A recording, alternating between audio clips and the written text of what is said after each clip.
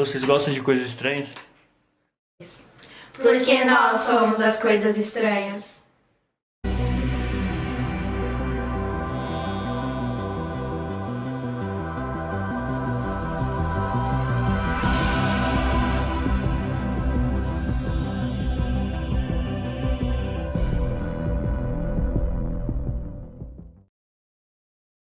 O reino dos protistas foi criado para ser jogado ali, basicamente, o que não se encaixava nos outros reinos. Ele conta com organismos unicelulares, multicelulares e eucariontes, e também conta com mais de 60 mil espécies de protistas. O reino dos protistas engloba os protozoários, que são seres unicelulares ou procariontes que basicamente cumprem as mesmas obrigações de um animal, como respirar. Antes eles eram considerados do reino animal, mas como eu disse, eles foram jogados no grupo dos protistas por não se encaixarem muito bem ali. Esse reino também conta com as algas, que são protistas autótrofos, ou seja, que fazem o seu próprio alimento. Elas são fundamentais para a biosfera, pois elas são responsáveis pela maior parte da fotossíntese do planeta. Agora serão apresentados alguns tipos de protistas, alguns são até conhecidos e você não sabia. E também serão apresentadas algumas doenças que provêm de protistas. E parabasálios.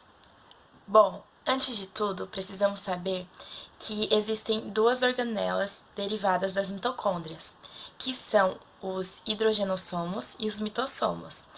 Eles possuem duas membranas, como as mitocôndrias, só que eles não apresentam DNA próprio. Os diplomonaditos possuem mitossomos, ou seja, como dito anteriormente, eles não têm DNA próprio.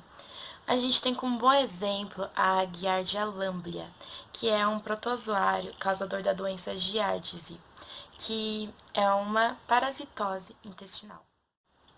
A infecção ocorre pela ingestão de cistos em água ou alimentos contaminados, então tomem cuidado com as coisas que vocês bebem ou comem por aí. No intestino delgado, os trofosóitos sofrem divisão binária, chegando à luz do intestino, onde ficam livres ou aderidos à mucosa intestinal por mecanismos de sucção. A formação do cisto ocorre quando o parasita transita o cólon, e nesse estágio os cistos já são encontrados nas fezes, ou seja, uma forma infectante, então não entre em contato. No ambiente, podem sobreviver meses na água fria, através de sua espessa camada. Os parabasálios possuem hidrogenossomos, ao contrário dos diplomonadidos que possuem mitossomos. Os mais importantes dos parabasálios são os protozoários do gênero Trichomonímphaes, mutualistas intestinais de alguns insetos, como cupins, e o Trichomonas vaginalis, causador da DST, chamada trichomoniose. Os ameboides são localizados no reino protista, pois eles são protozoários.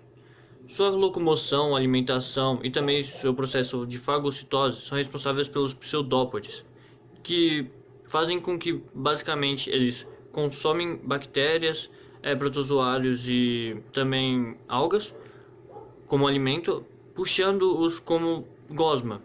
E eles também são responsáveis por remover do seu organismo coisas não úteis, como por exemplo os restos celulares. Bom, eles são encontrados em oceanos, rios e lagos, mas também tem espécies onde você pode encontrar dentro de outros organismos vivos. Eles são construídos pela célula hipertônicas, que basicamente fazem com que eles consomem água, mas também tirem o excesso da água com facilidade. E a sua reprodução, devido a essas células hipertônicas, elas são binárias, onde basicamente elas se dividem em duas e assim formando dois organismos vivos. Os cinetoplastídeos apresentam um flagelo, que é usado para deslocamento. Eles também apresentam uma dilatação, onde fica o DNA. A parte que tem mais concentração de DNA é chamada de cinetoplasta. Eles vivem mais em ambientes aquáticos e se alimentam de bactérias. Eles também são parasitas, causadores de doenças em animais e vertebrados. Um exemplo de cinetoplastídeo é o tripanossomo, que ele possui um flagelo único e tem uma estrutura que ajuda na movimentação em organismos viscosos, tipo sangue. Eles são frequentemente encontrados como patogênicos e o Trypanosoma brucei ele é causador da doença de sono africano. Outro tipo de cinetoplastídeo que é parasita em humanos é o Trypanosoma cruzi, que é causador da doença de Chagas. Euglenoides, também conhecidas como eugleofita, apresentam 2 flagelos que partem do saco flagelar ou reservatório. Voltada para o citoplasma, apresentam uma película flexível, que é formada por fibrilas proteicas que dão forma mais constante à célula. Existem espécies fotossintetizantes, ou seja, apresentam estigma para a percepção da luz, como a euglena e a Pacus, e tem os heterótrofos, que se alimentam das euglenas. Essas espécies vivem em água doce, mas são comuns exemplos em água salgada. Também há a presença de vacúolos para esmorregução, assim como outros protistas. Muitas espécies clorofiladas, na ausência da luz, podem ter forma alimentar heterotrófica, por causa da regressão do cloroplasto, que volta a se diferenciar e aparecer na presença da luz.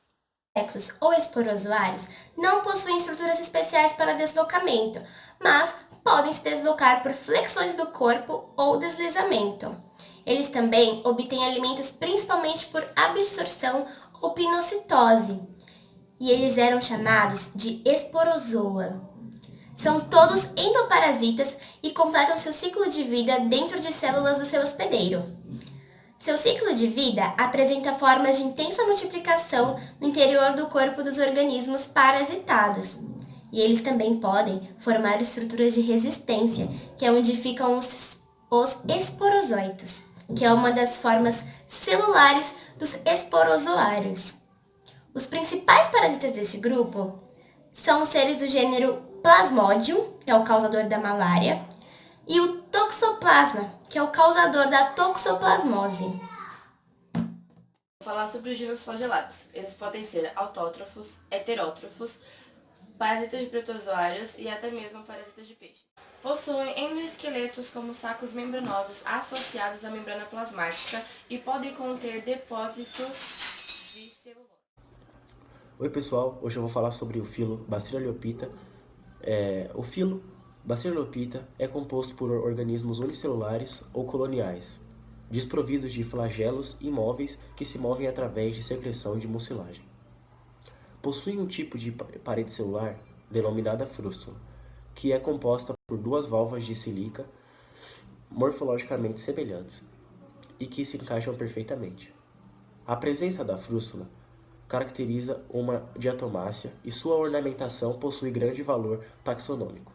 2 grandes grupos de diatomáceas podem ser reconhecidos através de sua simetria, e são eles: o grupo das diatomáceas cêntricas, que são radialmente simétricas, e as diatomáceas pennadas, que são bilateralmente simétricas. As baciloliofitas, depois das bactérias, são organismos aquáticos de distribuição mais ampla, exercendo um papel muito importante como produtores primários. Estima-se que as diatomáceas marinhas são responsáveis por 25% do total de produção primária na Terra. Poucas diatomáceas são prejudiciais aos humanos, pois produzem neurotoxinas que são transmitidas na cadeia alimentar. A reprodução das diatomáceas, de forma geral, é assexuada, por fissão binária, onde cada uma das válvulas se comporta como uma epivalva, reconstituindo uma hipovalva. A reprodução sexuada irá ocorrer quando a célula, depois de sucessivas divisões celulares, atingir um tamanho reduzido, a ponto de comprometer o metabolismo celular. A reprodução sexuada é oogâmica, que se dá por meiose gamética, restabelecendo o tamanho original da espécie. Os gametas masculinos são as únicas células flageladas no ciclo da vida de diatomáceas, e possuem apenas um flagelo do tipo pinnado. Vou falar sobre a faiofita. Elas são multicelulares de tamanho variado, podendo chegar de microscópio até mais de 60 metros. Em alguns ambientes costeiros e frios, podemos encontrar algas pardas gigantes que formam a floresta aquática. São fontes de muitos produtos para a indústria. Para os alginatos, que são as substâncias viscosas para a formação do papel, para os estabilizadores de creme dental. Agora eu vou falar sobre o filo Rhodophyta. São preferencialmente bentônicas, estrutura bastante complexa, visto que apenas poucas rodófitas são unicelulares e microscópicas. As algas vermelhas são quase sempre filamentosas, mas os filamentos podem se agregar, formando uma estrutura pseudoparenquimatosa, ou até mesmo laminar. Poucos gêneros, como Porphyra, são laminares, cujas lâminas são formadas por células justapostas interligadas por ligações celulares primárias ou secundárias. As rodófitas não apresentam nenhum tipo de célula flagelada durante seu ciclo da vida, o que as diferencia das demais algas multicelulares. O ciclo da vida apresenta a meiose espórica e a alternância de gerações isomórficas.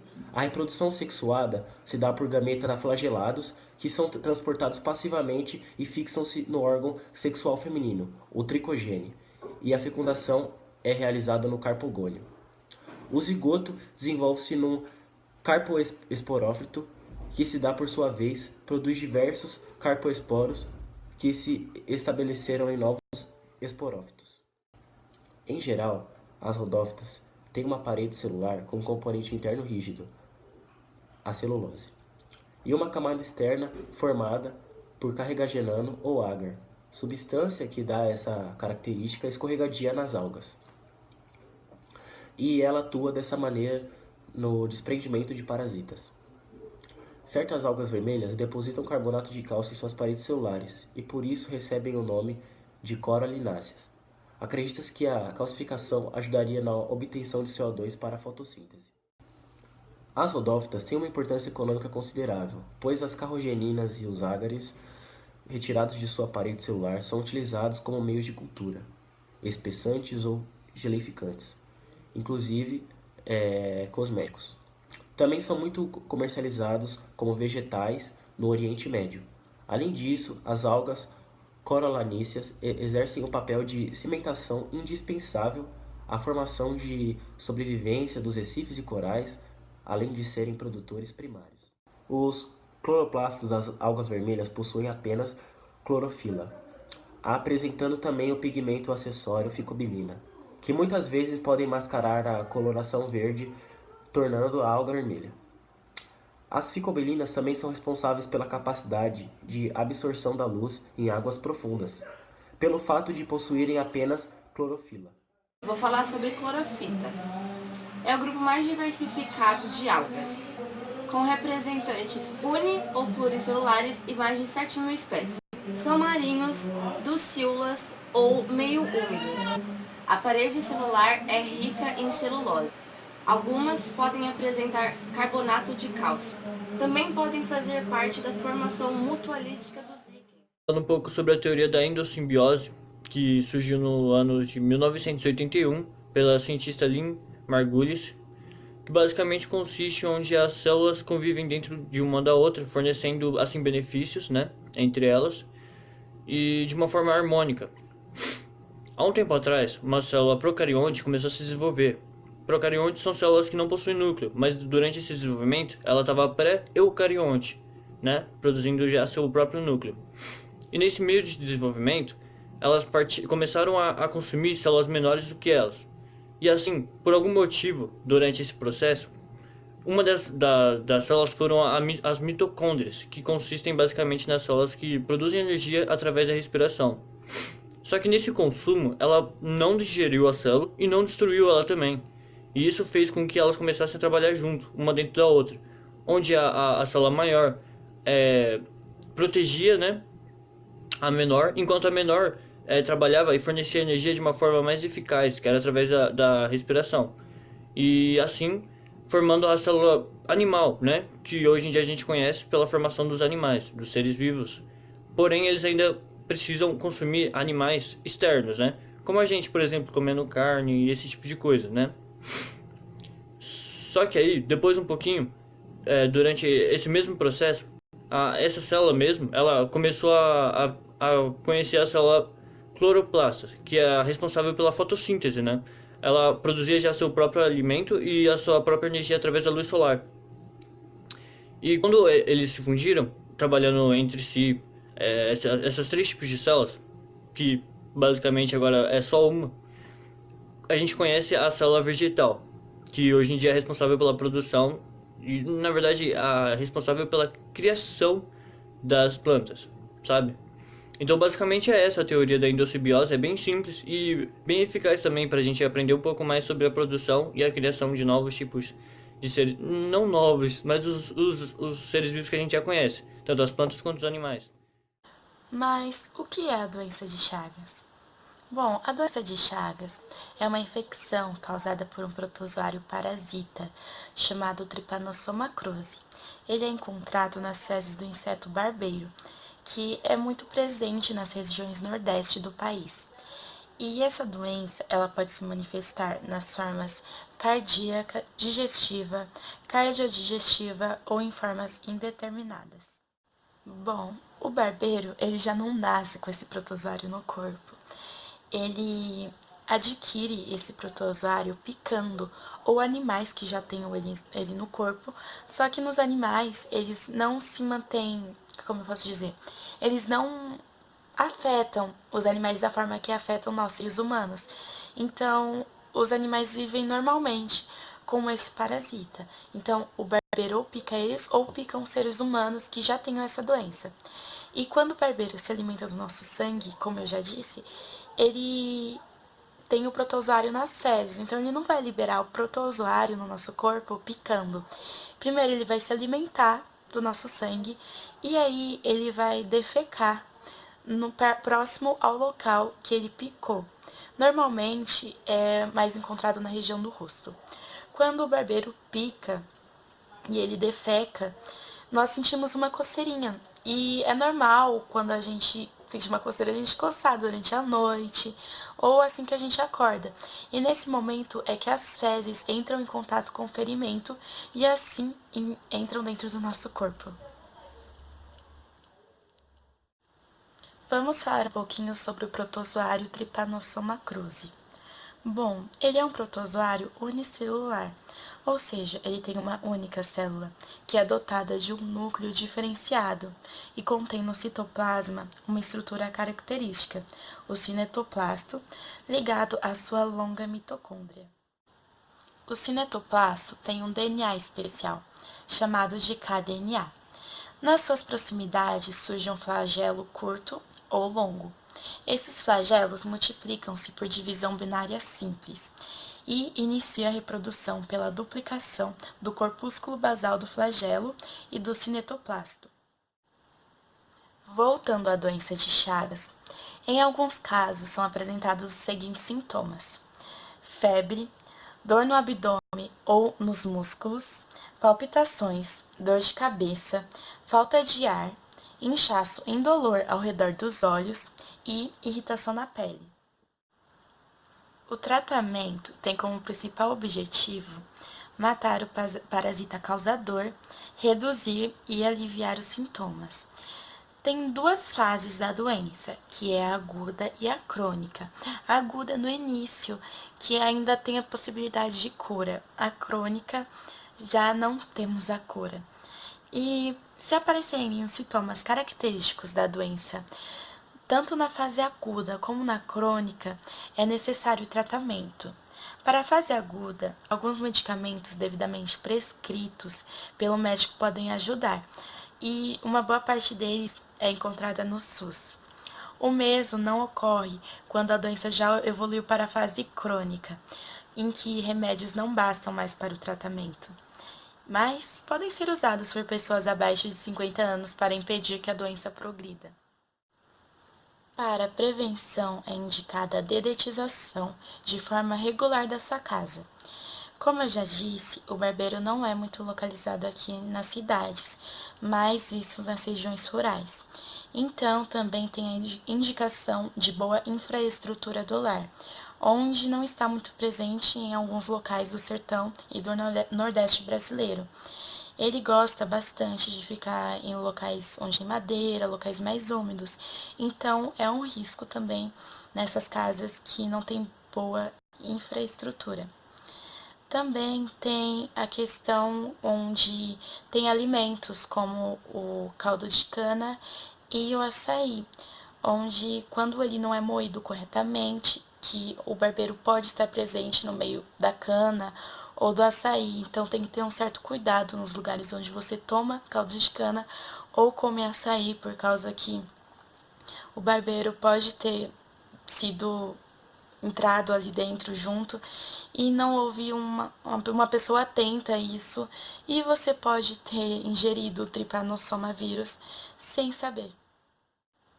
Bom, sobre a doença de Chagas foi isso. E eu tenho uma musiquinha que me ajuda bastante, só para me dar uma lembrada.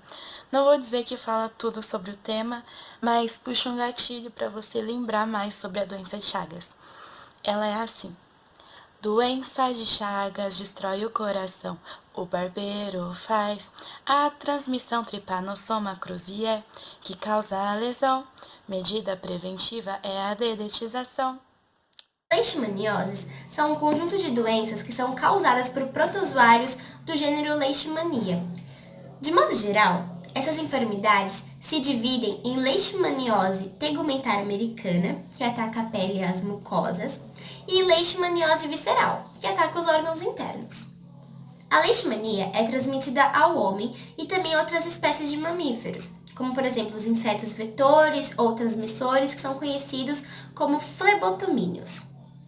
A transmissão acontece quando uma fêmea infectada de flebotomínio passa o protozoário a uma vítima sem a infecção, enquanto se alimenta de seu sangue.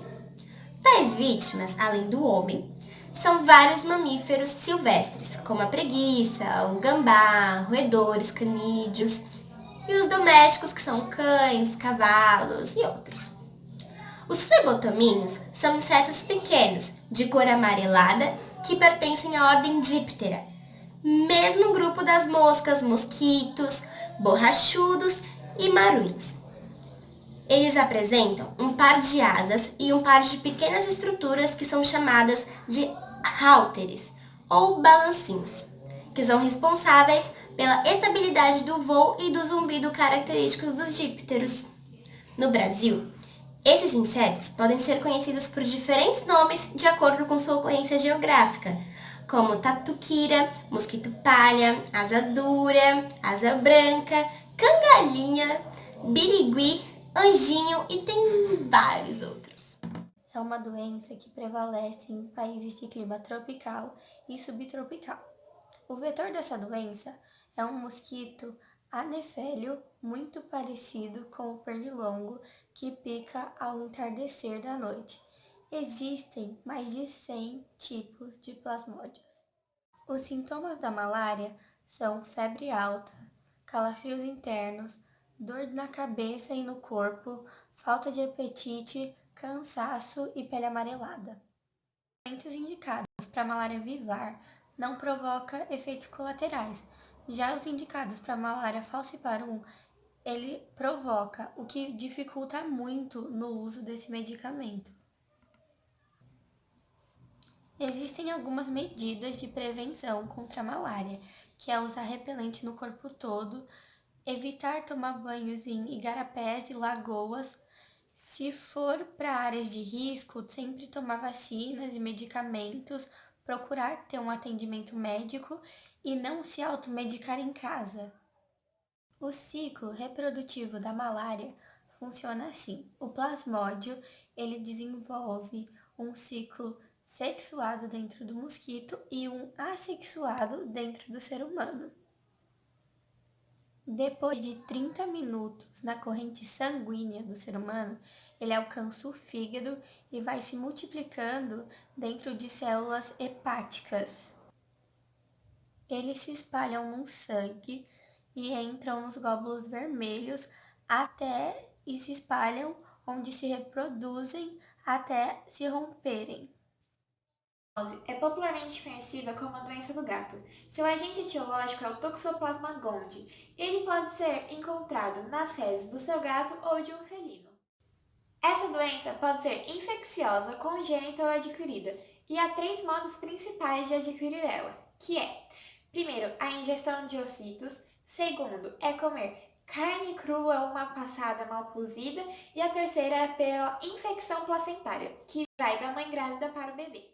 Os seus sintomas dependem muito do seu sistema de defesa. Se você tiver um sistema de defesa mais forte, ela pode ser uma doença assintomática ou pode apresentar alguns sintomas como uma gripe normal, como dor de cabeça, dor nos olhos, dor no corpo, entre essas coisas. Agora, se você tiver um sistema de defesa mais fraco, ela pode se espalhar para o seu coração, seu cérebro e virar uma superinfecção.